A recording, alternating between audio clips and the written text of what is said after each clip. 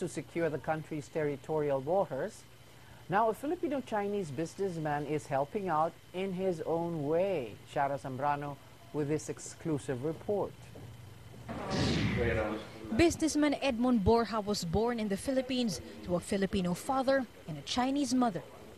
His features and entrepreneurial flair reveal his Chinese lineage, but his heart, he says, is all Filipino.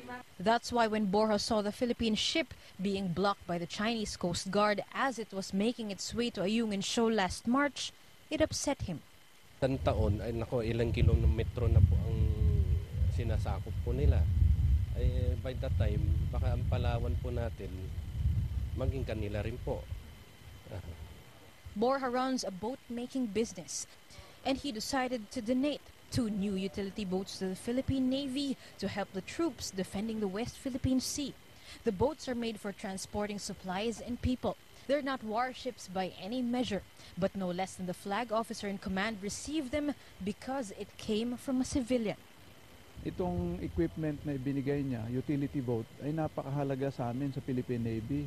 As we sustain our Navy ships, we need utility boats, lalong-lalo na in moving personnel and cargos, yung mga kanilang mga supply. Ito ay nakakapagbigay ng motivation sa atin para lalo natin ayusin yung ating pagsiservisyo. That's the value of this utility boat, no?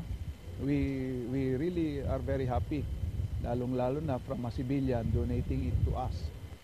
The boats will be sent to the Naval Forces West in Palawan. Mas malaki ito kaysa doon sa aming existing na boat, kaya mas marami siyang may kakarga. And sa tingin ko mukhang mas mabilis ito. Borja isn't worried about upsetting the local Chinese community, even if the biggest aggressor in the West Philippine Sea is China, his mother's homeland. He encourages other Filipinos to pitch in with what little they can help. Mga civilian dapat magtulong-tulong din po dahil pag hinayaan po natin, akala po ng China, nako, hindi na po tayo interesado sa Spratly area. Shara Zambrano, ABS-CBN News.